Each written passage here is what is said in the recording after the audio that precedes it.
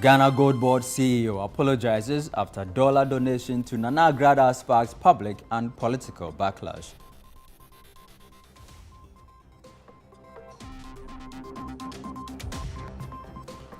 Also coming up, Asaman Tamfoy chiefs in the Eastern region threaten legal action against alleged illegal miner over land grab and police inaction.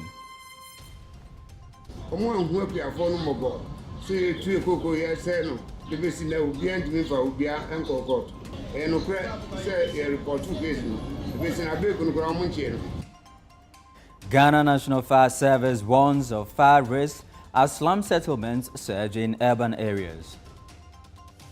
These people are low-income earners, and what we in the service have done over the period is to visit them, engage them, let them know their responsibility, especially when it comes to fire prevention.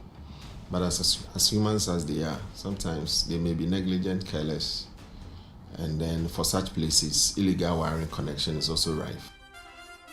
And later, Gomua Senior High School Technical School in crisis as overcrowding and poor sanitation threaten student health and learning.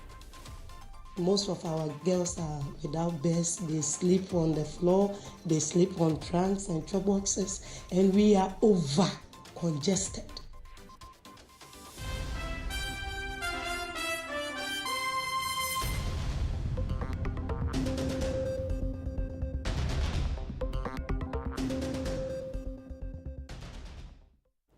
Thank you for choosing the Channel One Newsroom. Let's now get into the details of our stories, and we begin from the central region because Gomua Senior High Technical School is facing a host of severe challenges that are hindering its academic performance. Over 800 female boarding students are forced to share a single 5-seater toilet facility, and overcrowded dormitories are contributing to the rapid spread of disease. These conditions are significantly affecting teaching and learning. Our Central Regional Correspondent Akwesiado visited the school and filed the following report.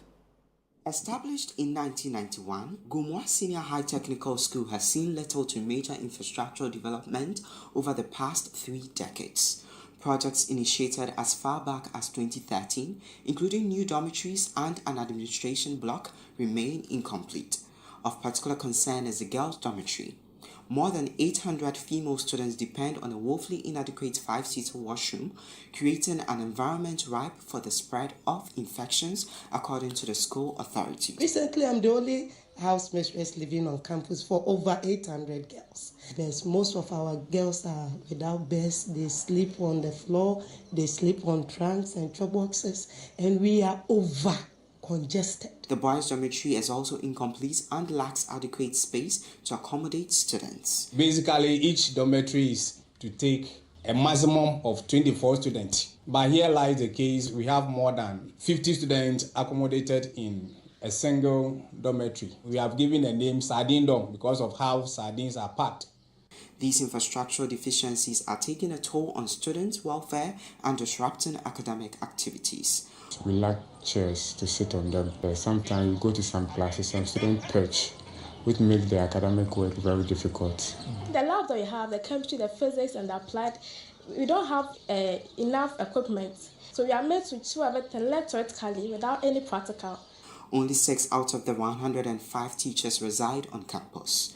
The headmaster and the majority of the staff commute from nearby towns like Swedro and Ankamu, making effective supervision of students a major challenge. George Okran, the headmaster, has appealed to the government and philanthropic organizations for urgent assistance. Our students are finding it a challenge. Some of them will stay here 2-3 days not getting a car because of the road. That has been a major thing that we are praying that the government will make sure that the road is well fixed. Traditional leaders in the Rampong have expressed disappointment at what they see as long-standing neglect. The school, which now has a student population of over 3,000, continues to struggle with the same issues that have plagued it for years.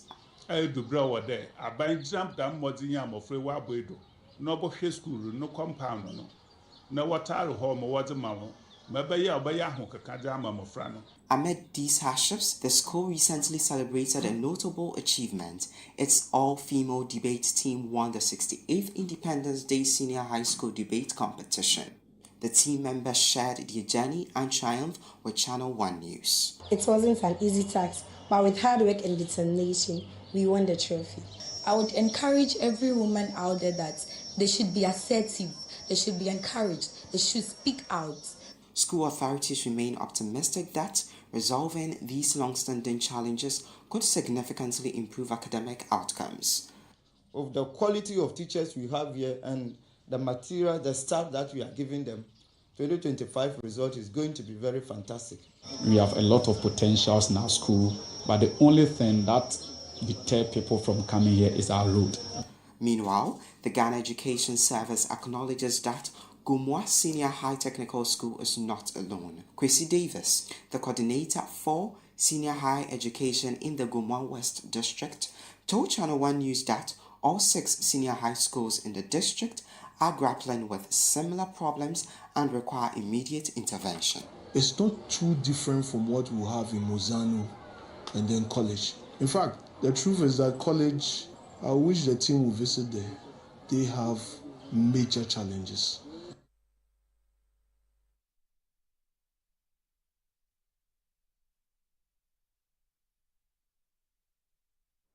Away from that, the Parliamentary Select Committee on Education is calling on the government to ensure that budgetary allocations are secured ahead of the launching of any education infrastructure projects.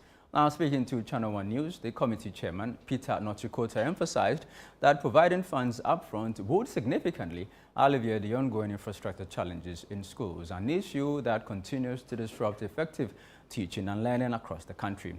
More details in this report. The appeal came during the committee's tour to several institutions in the Eastern region, including Ghana Senior High School, Koforidua Senior High Technical School, New Drabin Senior High School, and All Nations University. The visit aimed to evaluate the effect of the double-track system on educational delivery. Peter Nochu reiterated that prompt disbursement of funds is essential to resolving the widespread infrastructure deficit plaguing many schools. Some of these projects have been stalled for more than 10 years, 6 years, and I don't think it is good for us because that will be a waste of resources. And going forward, I think we should have budget for projects before we start them so that we don't waste public money or resources. The money needed to complete these projects now. We have established another project or put up another project if that one had been completed years back. So we want to urge government to put resources into completing most of the projects or all of them at the senior high school level. He praised school administrators for their prudent use of limited resources and assured them that their concerns would be communicated to the executive branch for action. Press that even within the challenges, they are doing very well. So they deserve our congratulations. And also to recommend to the Minister for Education what steps should be taken immediately so that some of them can be weaned off the double-track system by the close of this year. Deputy ranking member of the committee, Mustafa Yusuf, also spoke during the visit, urging schools to maintain their performance and stay committed to academic excellence. Like the chairman said, we are impressed with the management performance and the students. So far, all the schools have indicated their performance in the last 3 years, which is very, very encouraging. I want to just urge them to do more as we try to transition from double track to single track system.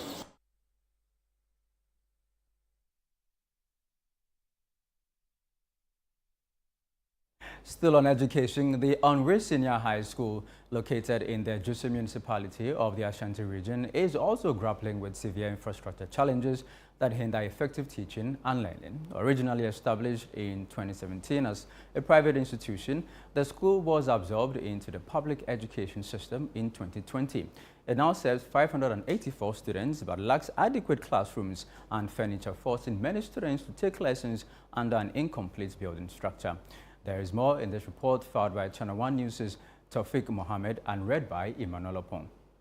Despite being under government administration for several years, Onwe Senior High School continues to face critical deficits in educational infrastructure. A construction project meant to ease classroom congestion has stalled and is visibly deteriorating, with erosion already damaging sections of the building. During a visit by Channel One News, students were observed sharing dual desks and crammed into divided classrooms, while some were studying in open spaces, conditions that significantly undermine the quality of education and student comfort.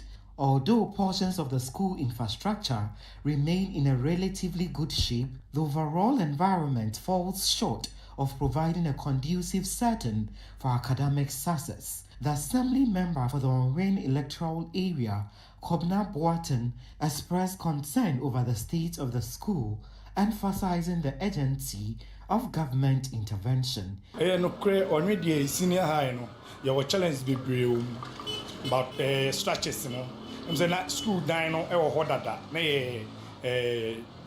translate JSS, and non-nominee crew man on Yina Cabo, we say, He described the situation as a major impediment to effective learning and called on authorities to take immediate action to address the issue. Uko school mo see a bind the show na our try senka obesi structure bia say kwala no come school we my contract o share say 6 months obeti ma wie na wie say wo wie ne class wo wie di nkonwa ne bibia e de agum na ye hu contractor no normal esi no kwan ye hu ba bia contractor no e fa ye bim nti say amana yakwa hunye hia te see me no ka say kwa classroom ba ko fa kwala bro be 50 ni kwa ka bi nso anka we ke basa kwala no kire wo mo ubekokwa ne kwala ne bi wo bi abontra o motete wo esua de nti yesre abemu mpanifo mo ka bi ewum se omomra no meyemwa. School officials have for now declined to comment on the matter.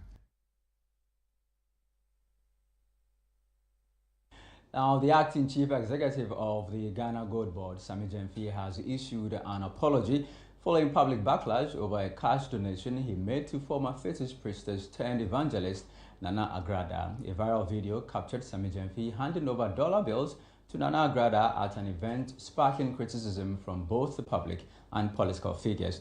In a Facebook post on Sunday, May 11, Sami Jemfi described the gesture as a private act of kindness and extended an apology to anyone who felt offended by his actions. Now, portions of that statement reads, "To clarify, this was simply a kind gesture to a fellow human being, in line with my daily and lifelong custom of lending a helping hand to people in need. I sincerely thought that I was doing this act of kindness in private. I never imagined that same could find its way into the public space. This is unfortunate and regrettable. I must say that I understand the uproar that this gesture has generated, particularly from comrades who are sincerely hurt by same. To all such comrades, I am sincerely sorry for this unfortunate act of indiscretion. I respect and appreciate your views. My profound appreciation goes to all those who have reached out to counsel and encourage me. I'm most grateful for your solidarity. Let me state, however, that my view of public office as a privilege to serve society, solve problems, and help others has not changed. I remain focused on the task entrusted me by His Excellency, the President, for the development of our country." Let's stay with this matter because we're joined via Zoom by the Executive Director of Transparency International Ghana, Mary Ada. Grateful to you, Madam, for joining us here on the Channel One Newsroom. First of all, I imagine you've seen this video that is circulating on social media. What do you make of it? Has Sami Jemfi committed any wrong? Good evening to your viewers. Certainly, there is nothing wrong with a public official giving out gifts or doling out, as you have said it. There's nothing wrong with people giving out gifts. If I have a gift to give to you, certainly there is no challenge with it. But when public officers are involved, then that is why the chapter 24 of the Constitution is very clear on behaviors that are permissible and others that are not. And that's why the law was made. And so also recently, I believe the current president, knowing that issues around conduct by officers he has appointed could affect reputation and could also inform the perceptions of the citizens on appointee behaviors and conduct, and also affect as well the issues around ethics in this government, is one we should be talking about. Public officers are public officers, and they are supposed to live within a certain regime, behave in a certain way, permissible and acceptable to all. We are not saying people should not give gifts. That would be being dishonest and being very unfair. But we are saying that the way and manner in which they are done must be what we interrogate.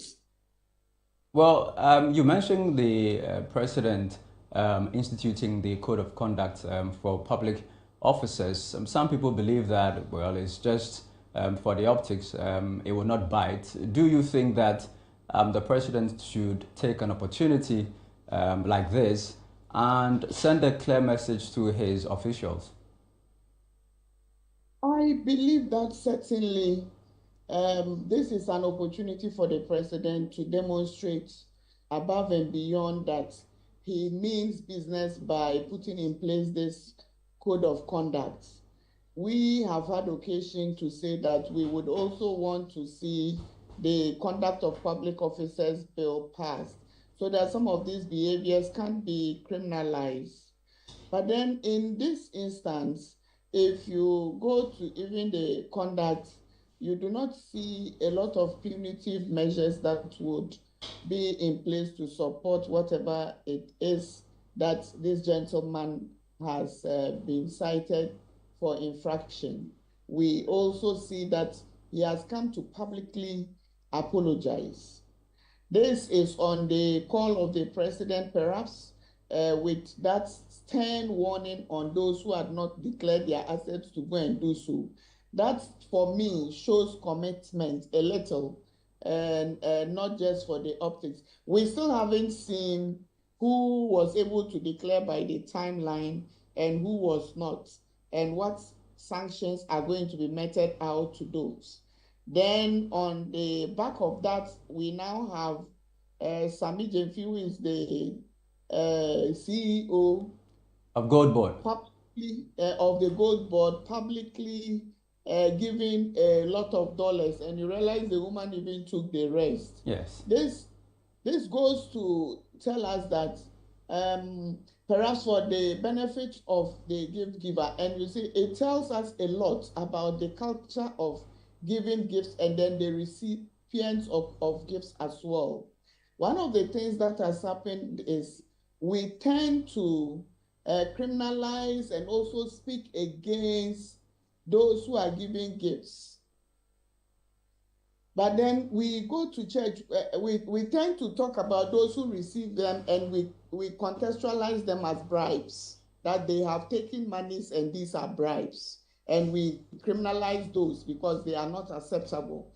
But then we see these same public officers engaging in some of these behaviors in many spheres of society, and they are applauded for them. We see them go into our churches and they give big donations, and the prayers are even different in many of the instances. We also see them at funerals donating big sums, but we do not do much with them because we are acceptable. We accept these when they are given to us and when they are made as donations without questioning the source. And for me, I believe that without a doubt, this is an opportunity for us to then think about the issue of lifestyle audits, to be able to determine where are these monies that these public officers are doling out to individuals out there. Where is the source? Where is it coming from? If Sami Jemfi has dollars, and I've had occasion to read from other sources which says it is not a unique occurrence, it's something he has done. Even during his opposition days, he was giving gifts in that denomination in dollars to people.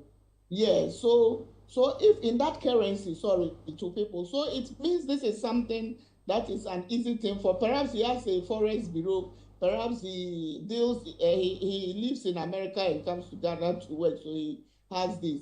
But then it brings up the big question of we, the citizens, who are the recipients, not questioning the source and not interrogating it. So for me, it is an opportunity for the president to also then reflect on whether we capture this in the code of conduct for the political appointees or the ministers of state. If it is not, I believe it's not too late to come back to that, to have it there.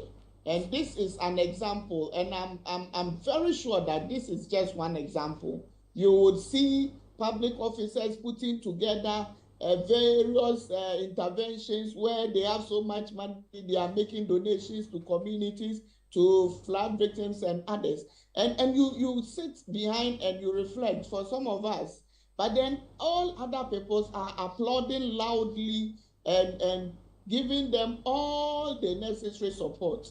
We need to, as a people, begin to speak to this and see how we criminalize this. And I hope that the president will, through this, then raise that issue of whether the gentleman is going to be sanctioned. I hear he's since apologized. Yes, he has. Stating the intention. It's an apology enough for all of us. Would it also be good for the president to also then say something? Perhaps there are different type of sanctions that have been provided for in the code of conduct, the verbal warning, the suspensions and others. In the mind of the president and in those who have been given the assignment to ensure that they are monitoring the implementation of the codes, would this be an issue that comes to their attention to deal with? I believe it's very important for all of us going forward, not to just sit behind, talk about this one day and then let it go. Some people have suggested that Sami Jemfi should be relieved of his position as the boss of Gold Board. If you had the opportunity to advise the president, what would you ask him to do? That would send a clear message to his appointees. I would say that he's apologized, and that is number one, a sign that what happened, he's come to the conclusion that he didn't do the right thing. Okay. But then the codes for the president that is given to his assigns also indicate others.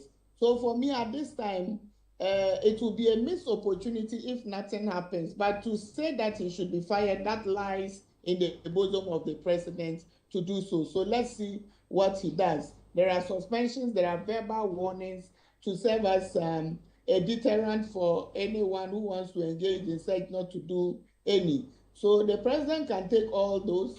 There are options for him to take. Sacking is also one.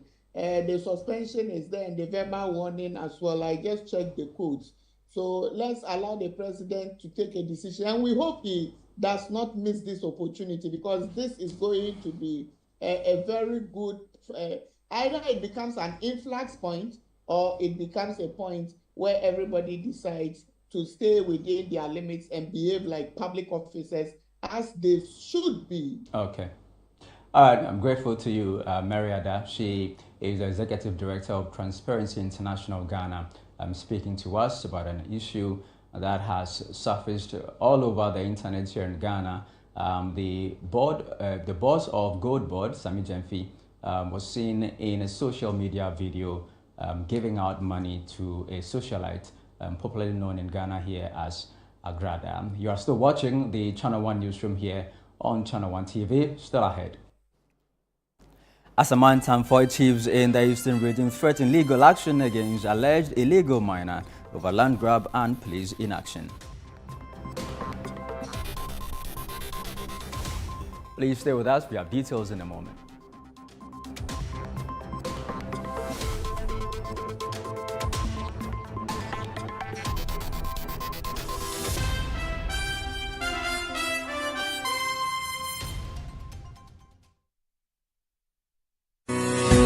Imagine a place where technology and compassion meet. A sanctuary of health, precision, and trust. At Olive Health Diagnostics and Imaging, we redefine excellence. From advanced ultrasound, X-ray, and CT scan services to accurate laboratory, cardiology, and dentistry, our mission is clear: to provide the care you deserve with accuracy, precision, and speed. Your trusted healthcare partner, Olive Health Diagnostics, always ready whenever you need us. Olive Health Diagnostics and Imaging, redefining excellence in medical diagnostics.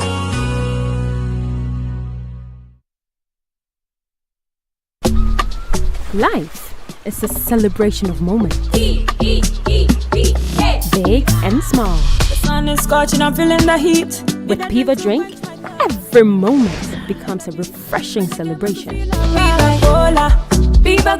From the beach to your home, in every corner of your world, Piva Drink adds a burst of refreshment. Give me Piva cocktail and tangerine.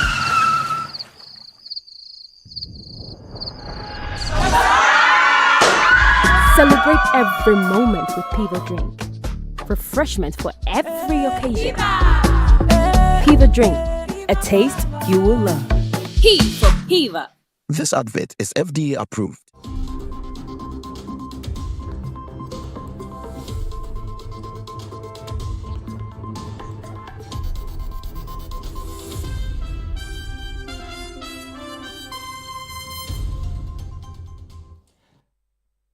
Welcome back. This is the Channel One Newsroom on Channel One TV. Let's now head to the Eastern region, where chiefs and residents of Asamantamfoy in the Tua East District are threatening to pursue legal action against a native of Ankase who is alleged to have been involved in illegal mining, commonly known as galamsey.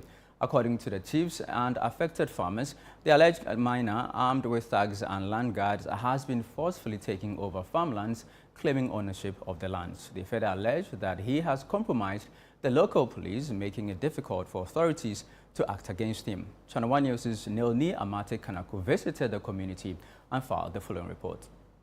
The alleged legal miner, identified as Abeku, hails from Ankase and is reportedly the younger brother of the chief of Ankase. Chiefs and residents of Asamantamfoy accuse him of consistently harassing farmers through his mining activities. Residents claim that Abeku operates both day and night with armed land guards, seizing large tracts of farmland. These lands used for cultivating cocoa, cassava and palm are allegedly destroyed as the soil is excavated and transported to Ankase for mineral washing.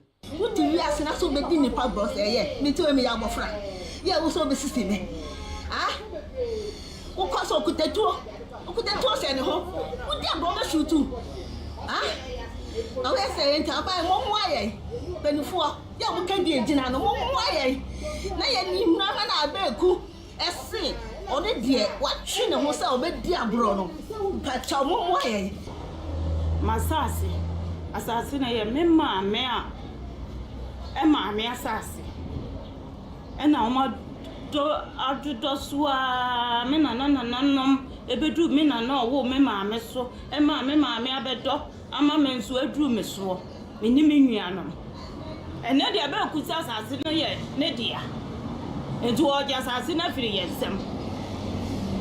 Ukoso a wafa matwefo ukoso ani abepo ukoso ani abepo wadu we ku mo ye fe na ta the bicycle ba me wo say asase no penam so da bi ye nton na mpanimfo na emo kromu ha hen process ye beton ya asase nko a ye nton ma Ankase ni bia ni team ani na kese watu first no ko bi so yempo de fanzes wa dusumpo a o de emfa ho eche ye kwa no de excavators so kwa no de landguard for any tuo ene o na na dususu no mo ye kuma.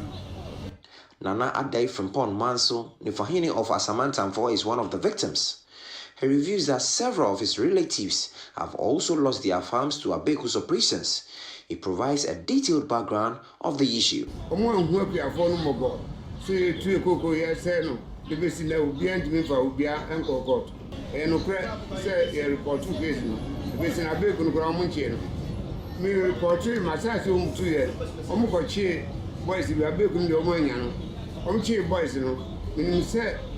Illegal mining there, and I say I didn't ban court. The man, I don't know a political man be. Residents say multiple attempts to involve the police have failed and no effective action has been taken against the alleged miner. During the news team's visit to one of the disputed lands, Abeku was seen supervising reclamation work on a farm he is accused of forcibly seizing.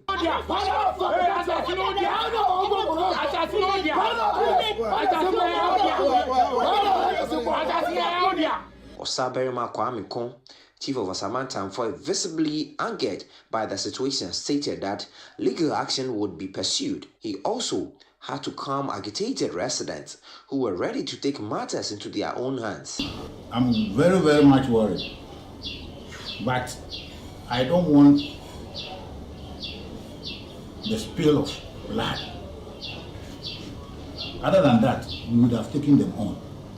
Abeku has denied any involvement in illegal mining. Instead, he has served court sermons to several community leaders, including the Nifahene, the NPP constituency secretary, who also serves as district NADMO director, the NDC constituency chairman, and the newly confirmed VCE.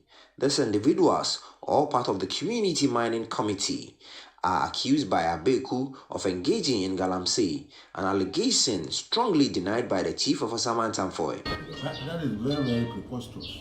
It's very, very preposterous. He just wants to, clothe what he is doing with lies. This is the land in question as the farmers are saying the developer is trying to take away the farmlands from them. So as you see the shots, rules are working there on site as we talk here. Now the farmers are peeved. The traditional authorities are worried by the extent of predation ongoing on here at Assamanta Amfoy and are calling for drastic measures to end illegal mining here. For Channel 1 TV, Neil Assamanta Amfoy. Away from the eastern region, let's now head to the Volta region, because despite several appeals to get potable water flowing through their community, residents in Palime Dugan in the South Dai district still rely on streams and dug-up water for survival. The situation has raised health concerns as most residents can't afford a 30 or more trip to neighboring Enum or Boso to get water. Access to the community is also another challenge as residents call on authorities to come to their aid. Channel 1 News' Desmond Salasiago visited the community and filed the following report.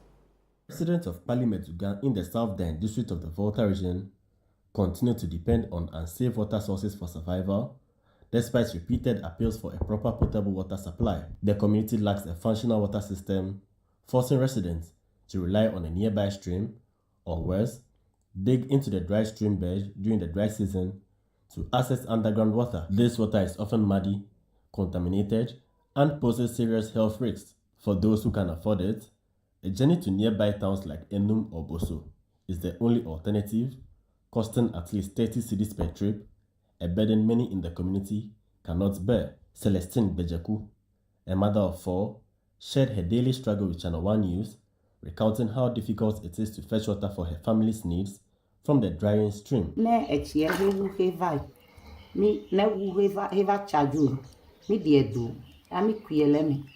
Then me kui kaba chena medeva ko azujire nyano wawa amegebe maku deka ole ku tanje maku wa ne chi mewura mpo chiku loli elele mi le ku ne chi ene kike me he ka ku lela mi pi efunto. Other residents echoed similar frustrations, lamenting that the community has been without pipe-borne water for several years. The lack of clean water, they said, continues to disrupt daily life and well-being. Chonyo jevi meke me chika kabado fi. Pipe de kape amu popo. Tome ya ba de vivio da inga. I tell me, give it a me and look back to the me a coachy. Nea mano me alana chihejai, a chideba no torometo, bano me bano yi. Ape dele mia vula, bagami vire, mia jechi, mi jechi, water is a major problem over here. When it is raining, we have water. But when it's not raining, we don't have water. So before you get access to water, unless you buy with your money. So if you are drawing your budget for the day, you have to include water. As if water woes weren't enough, access to Palimetuga is severely hampered by poor road infrastructure. The road stretching from Oseben through Enum to Palimetuga and beyond to Germany has been neglected for years. Large potholes, eroded surfaces, and lack of maintenance make travel difficult and dangerous. Local farmers are amongst the hardest hit as the poor roads hinder their ability to transport farm produce to markets in nearby towns and cities. Residents have repeatedly called on authorities to address the deplorable road condition, which they say are crippling local livelihood. Streets, man, no. If you know, because of me, I street die. A boy come and you. Me have Germany market, street die, market everything like back. Oh, I'm more to be frank.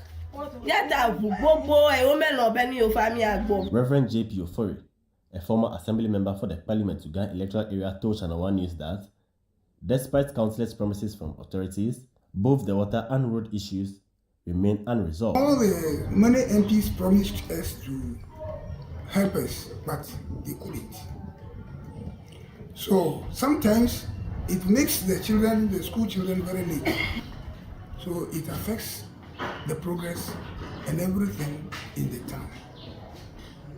We are pleading, we are appealing for assistance so that all activities will be smooth in the town. For residents here at Palime in the South Dine district of the Volta region, this is how they get access to their water. They are calling on authorities, especially government, to come to their aid and provide the community with potable water. Reporting for Channel One is from Palime in the South Dine district of the Volta region. My name is Desmond Salasango.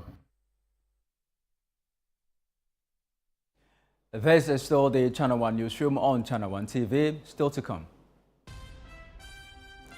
The Ghana National Fire Service warns of fire risk as slums surge in urban areas. Details in a bit. Please stay with us.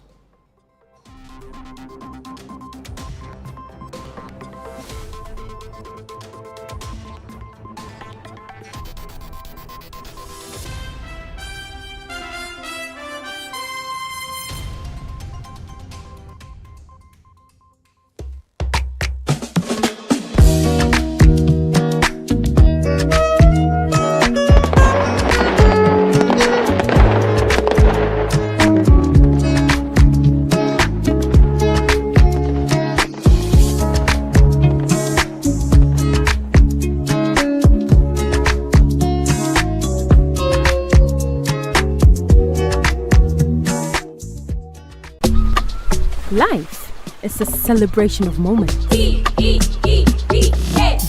and small. The sun is scorching, I'm feeling the heat. With Piva Drink, every moment becomes a refreshing celebration. From the beach to your home, in every corner of your world, Piva Drink adds a burst of refreshment.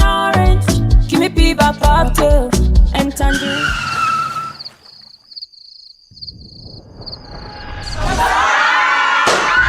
Celebrate every moment with Piva Drink. Refreshment for every occasion. Piva Drink, a taste you will love. P for Piva. This advert is FDA approved. Every day, people have money emergencies. Ma, I need my school fees emergency.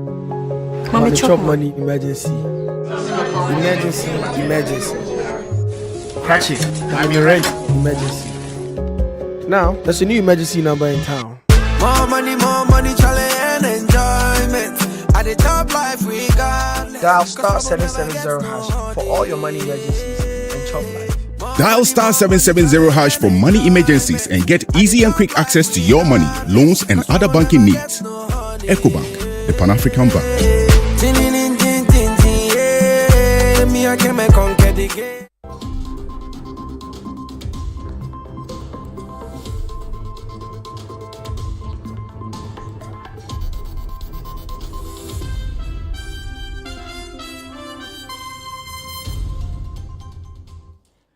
Thank you for staying. This is the Channel One Newsroom. Now, the Ghana National Fire Service is sounding the alarm over the rapid rise of slums in urban areas, warning that these overcrowded and poorly planned communities pose serious fire hazard. The service attributes the frequent outbreaks to negligence, illegal power connections, and the unsafe use of open flames. This warning follows a devastating blaze at the Sakumono Asoprochona Railway Enclave, which razed homes and left scores homeless. According to the fire service, these informal settlements remain highly vulnerable due to hazardous building practices and a lack of proper infrastructure. Channel One News' Christopher Kevin Asima has more in this report.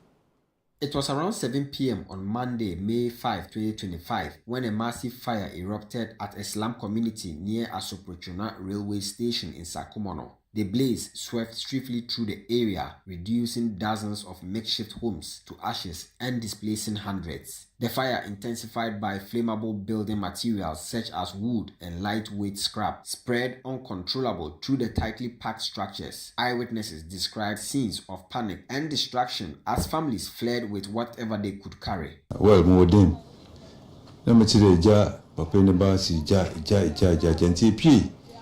Ipi ni hawa ya no in fact emu de damede no hotu no ejeni fi both fi neighbor nti yo dem na de ye try na ye solve problem no nti be kwa no so opi. Around 6 p.m. I came back from work. I went back to the village to go and buy food. So as I got to the house, it's at least 7 o'clock p.m.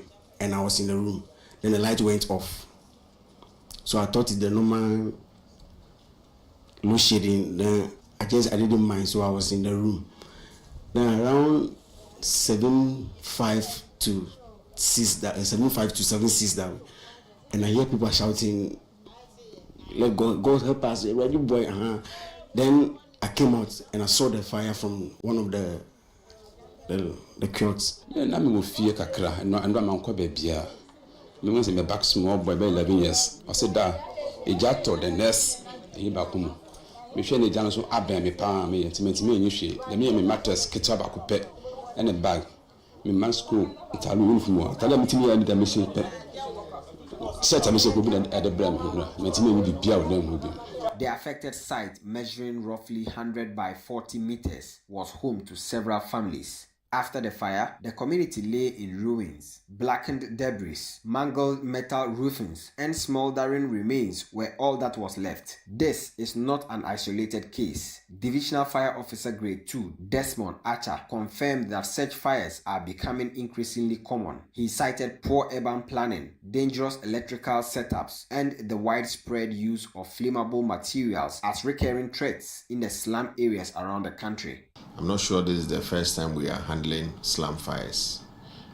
Somewhere 2 years ago, we dealt with quite a number of them. Last year, for instance, especially during the last and the first quarter, we had to deal with a lot of these slum fires. And based on the kind of structures that they dwell in and have their economic activities, these are combustible materials. At the least touch of flammable front, they are ignited, and within the shortest possible time, the fire spreads quickly. So, in the situation at Sakumono, many victims, including women and children, were left without shelter and forced to spend the night in the open. Beyond their homes, they lost essential belongings, personal documents, savings, trade items, and tools of livelihood, compounding the tragedy. We don't even know where to go. We don't even know where to go. Like the man wearing the yellow over there, he slept in the uncompleted building yesterday. I work at Lungwa, so I have to go back to the office and just sleep in the office. Men to me fashi, atare neshem yusisi akrobi neshem. Min fa ade ba kukurampo. nti me bibia me kunu ye ware ye kra ye nche 7 months penny nti me niama bibia me fa ba kompo asise bibia edi nti beto asase no ye ndia ye obi asase ne ye wo so hase nti eze no ye nim se wode be ma ye biem ana se won fa ma ye biem nti anu na ye hwe na nti ne ye be ye so ye bebo da na si won sika se ye sika pi ahye. The Ghana National Fire Service is appealing to metropolitan, municipal and district assemblies to act swiftly to curb the growing state of slum fires and calling for stricter enforcement of building regulations, better urban planning and sustained fire safety education in at-risk communities. You know, these people are low-income earners, and what we in the service have done over the period is to visit them, engage them, let them know their responsibility, especially when it comes to fire prevention. But as humans as they are, sometimes they may be negligent, careless, and then for such places, illegal wiring connection is also rife. People use naked lights anyhow, and therefore these could be the sources of the causes of these fires. But if the assemblies are able to kind of take this up and ensure that they do not allow these slums to even erupt in the first place, or better still, find a decent accommodation for these dwellers, I think it will go a long way to prevent some of these destructive fires. The incident has highlighted once again the vulnerability of informal settlements in the country and has renewed the conversation around better housing options for rural and urban dwellers. Reporting for Channel One News, I am Christopher Kevin Asima. Now, frustration continues to grow as the Pantan-Bokobi Road, a vital artery connecting the Lankwantana-Madina and Ga East municipalities, deteriorates further. The residents and drivers are left to navigate treacherous potholes and eroded surfaces, while long-promised repairs remain unfulfilled. Channel One News' Melody Fafak Potufe visited the area and filed this report.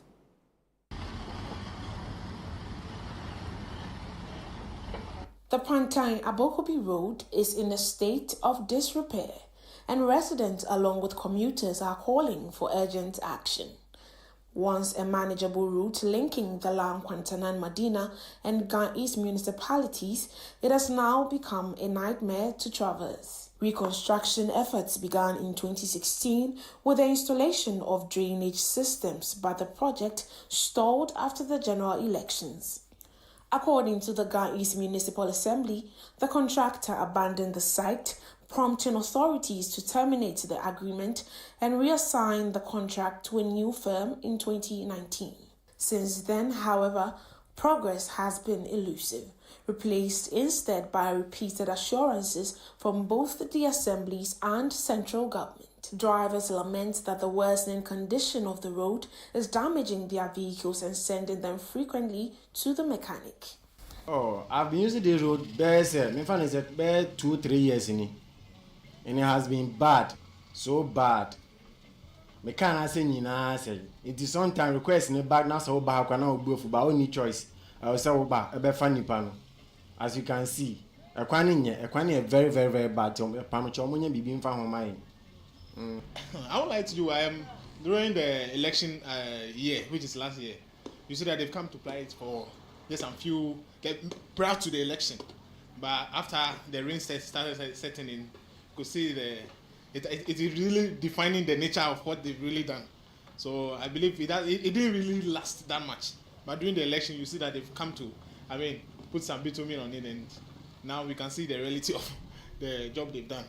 Yeah, to protect our cars and our bikes, so we really need the road to be fixed. From deep potholes and crumbling asphalt to severe erosion that clogs drains, residents and business owners say the deteriorating road is also hurting livelihoods and threatening safety. Because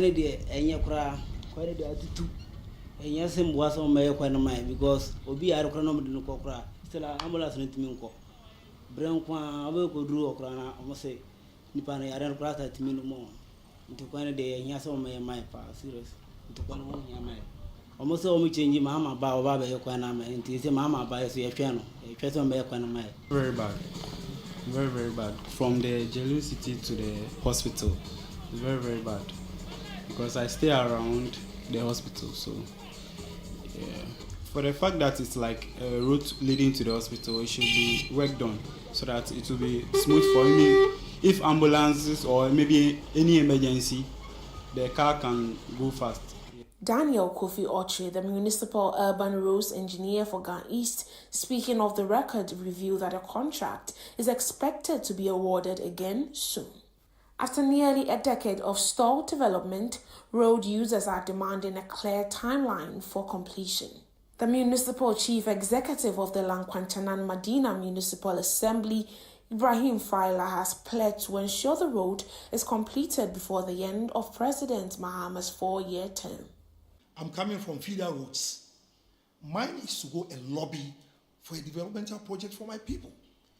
If they are satisfied, automatically I'm satisfied. But if they are not, I cannot sleep. Therefore, one of the things that I've started within just 4 days is to lobby. The scheduled officer agree with me on Tuesday.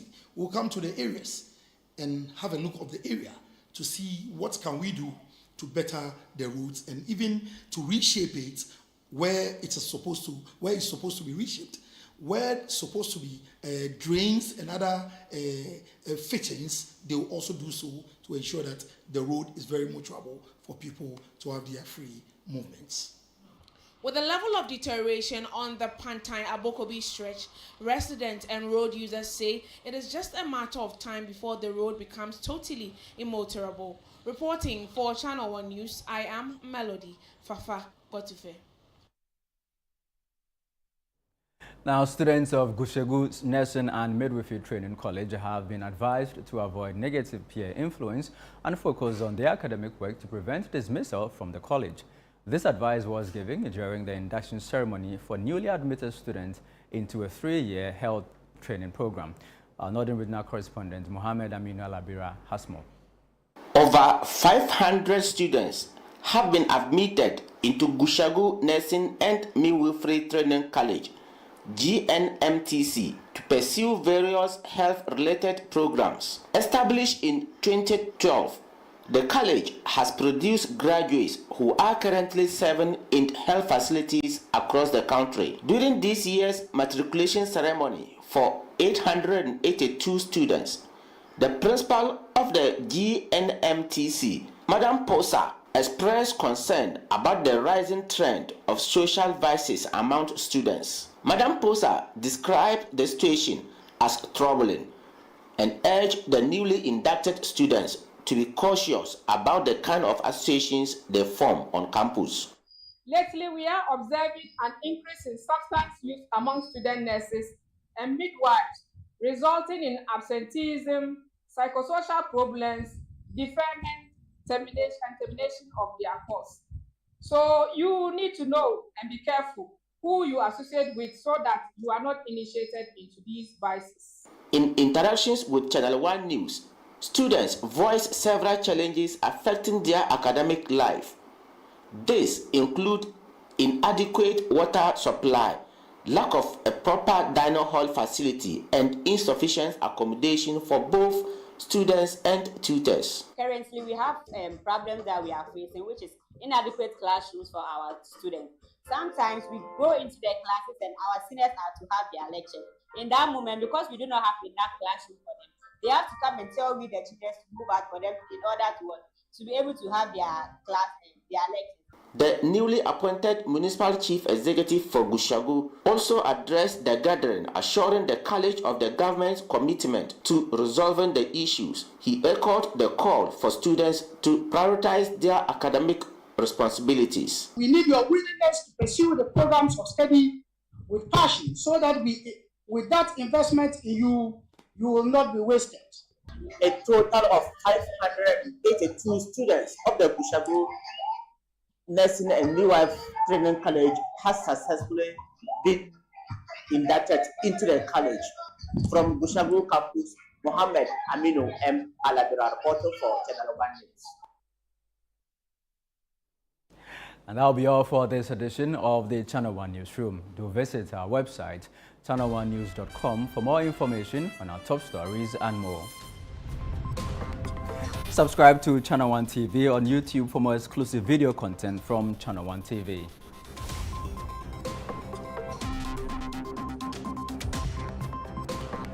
I am Charles Ozukumi. Thank you for watching.